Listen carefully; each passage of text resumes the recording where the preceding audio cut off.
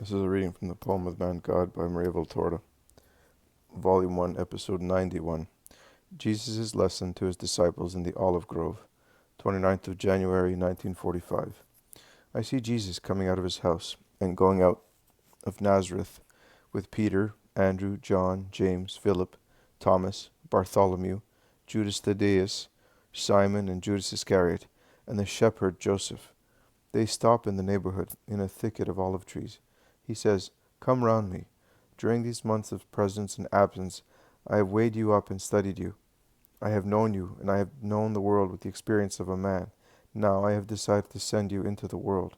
But before, I must teach you, to make you capable of facing the world with the kindness and wisdom, the calm and perseverance, the conscience and science necessary for your mission.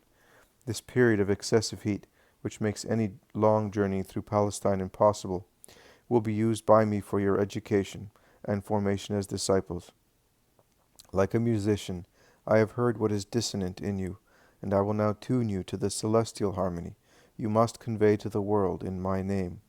I am keeping this son," and he points at Joseph, "because I will delegate to him the task of referring my words to his companions, so that also there an efficient group may be formed that will announce me not by simply stating that I exist, but by explaining the most essential features of my doctrine.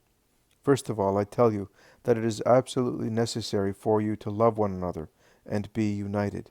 Who are you?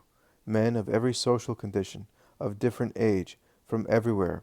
I prefer to choose those who are not indoctrinated, because I will more easily instill into them my doctrine, and also because, as you are destined to evangelize those who are in complete ignorance of the true God, I want them not to disregard their previous ignorance of God when they remember it, and to teach them with charity, remembering with how much charity I taught them. You may object, we are not heathens, even if we are not intellectually cultured.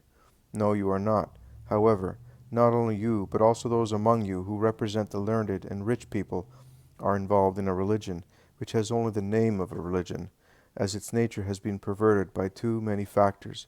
I tell you that there are many who boast of being children of the law, but 8 out of 10 of them are but idolaters who have confused the true, holy, eternal law of the God of Abraham, Isaac, Jacob, in the haze of 1,000 petty human religions.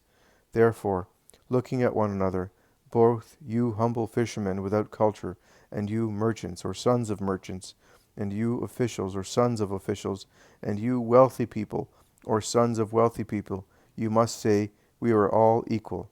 We have all the same faults, and we all need the same teaching. Since we are brothers in our personal or national faults, from now on we must become brothers in the knowledge of the truth, and in our efforts in practicing it. Exactly. Brothers, I want you to call and to consider one another as such. You are like one family. When does a family thrive, and when does the world admire it? When its members are united and of the same mind. If one son becomes the enemy of another, if one brother harms another, is it possible for the prosperity of that family to last long? No. In vain the father of the family strives to work, to smooth down difficulties, to impose himself on the world. His efforts are not successful, because the wealth of the family falls to pieces. Their difficulties increase. The world laughs at their perpetual quarrels, by which hearts and possessions, which united were powerful against the world, are broken into a small knot of tiny, opposite interests, and the enemies of the family take more and more advantage of them to hasten their ruin. You must never be like that. Be united. Love one another. You must love one another to help one another. Look, also what surrounds us teaches us this great strength. Look at this army of ants running all to the same place. Let us follow them. We will discover the reason of their sensible rushing to one spot. Here it is. This little sister of theirs, with her tiny organs which are invisible to us, has discovered a great treasure under this large wild chicory leaf. It is a breadcrumb, which perhaps was dropped from the hands of a peasant who had come here to attend to his olive trees, or from the hands of a wayfarer who rested here in the shade, eating his food, or of a child who was playing happily on the grass full of flowers. How could she trail to the hole by herself this treasure which is 1,000 times her size? So she called a sister and said to her, Look, go quickly and tell our sisters that there is food here for the whole tribe, and for many days. Go, before a bird discovers this treasure and calls his mates, and they devour it. And the little ant ran, panting because of the rough ground, up and down pebbles and stalks, until she reached the ant hill, and she said, Come, one of us is calling you. She found enough for us all, but she can't bring it here by herself. Come. And all the ants ran, also the ones who, already tired because of a hard day's work, were resting along the tunnels of the nest, also the ones who were laying in stores in the store cells. 1, 10, 100, 1,000. Look, they grasp it with their jaws, they lift it, supporting it with their bodies, and they trail it, pushing their tiny feet on the ground. This one has fallen. That one there is almost crippled because the edge of the crumb, turning over, is squeezing her against a stone. And this one, so small, obviously one of the youngest in the tribe, is stopping, exhausted, but having caught her breath, she is starting again. Oh, how united they are! Look, now the breadcrumb has been completely embraced by them, and it is moving very slowly, but it is moving. Let us follow it. A little more, little sisters, still a little more, and your efforts will be rewarded. They are exhausted, but they do not give up. They rest and start again. Now they are reaching the ant nest, and now they work to break the big crumb into little bits. Look how they work. Some cut bits off, some carry them away. It's all finished. Now it is all safely stored, and they happily disappear into the crevices, down along the tunnels. They are ants, nothing but ants, and yet they are strong, because they are united. Meditate on that.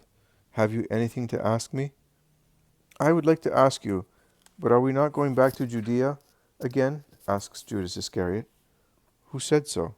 You did, Master. You said that you want to prepare Joseph so that he may teach the others in Judea. Have you felt so hurt that you do not want to go there again? What have they done to you in Judea? Asks Thomas anxiously, and Peter at the same time vehemently. Ah, I was right then in saying that you had come back much thinner. What did the perfect ones in Israel do to you? Nothing, my friends, nothing more than what I will find even here. If I went round the whole world, I would find friends and enemies everywhere. But Judas, I asked you to be quiet. That's true, but no, I cannot be quiet when I see that you prefer Galilee to my fatherland. You are unfair. You were honored also there. Judas! Judas, oh Judas, your reproach is unfair, and you accuse yourself, giving vent to wrath and jealousy. I had done my best to make known only the good I had received in your Judea, and without lying I was able to mention such good with joy, so that you people of Judea might be loved. I did so with joy, because for the word of God there is no distinction of regions, there are no antagonisms, enmities, differences. I love all men, all of them. How can you say that I prefer Galilee when I worked the first miracles and the first demonstrations on the holy ground of the temple and of the holy city, so dear to every Israelite? How can you say that I am partial? If of my 11 disciples, or rather 10, because my cousin is one of the family, not just a friend, 4 are Judeans, and if I take into account also the shepherds, who are all from Judea, you can see how many friends I have in Judea. How can you say that I do not love you? If, knowing all things, I arranged my journey so as to give my name to a newborn in Israel, and receive the soul of a dying man, just man of Israel, how can you say I do not love you Judeans, if I wanted 2 Judeans and only 1 Galilean to be present at the revelation of my birth and of my preparation to my mission?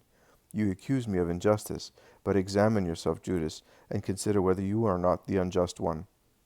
Jesus has spoken with majesty and kindness, but even if he had not said anything else, the 3 ways in which he pronounced Judas at the beginning of his speech would have been sufficient to give him a good lesson.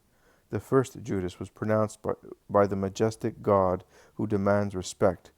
The second by the Master who teaches in a fatherly manner.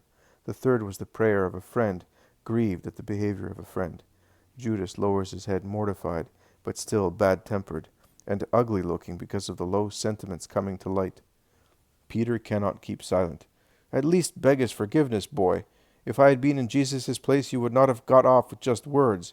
You are more than unfair. You are lacking in respect, my fine gentleman. Is that how they educate you in the temple, or is it you that is not educable? Because if it is, then that is enough, Peter. I said what was to be said. This will be a starting point for tomorrow's teachings. And now I will repeat to everybody what I told these disciples in Judea. Do not tell my mother that her son was ill-treated by the Judeans. She is already quite sad because she has realized that I am suffering. Respect my mother. She lives in seclusion and silence. She is active only in virtue and prayer for me, for you, for everybody. Let the gloomy lights of the world and harsh quarrels be far away from her retreat, which is protected by discretion and purity. Do not put even the shadow of hatred where everything is love. Please respect her. She is braver than Judith, as you will see, but do not compel her, before her time, to taste the dregs which are the sentiments of the wicked people of the world. That is, the sentiments of those who have not even a rough idea of God and God's law. I spoke to you of them at the beginning. They are the idolaters, who consider themselves the wise men of God, and they thus add idolatry to pride. Let us go. And Jesus goes back to Nazareth.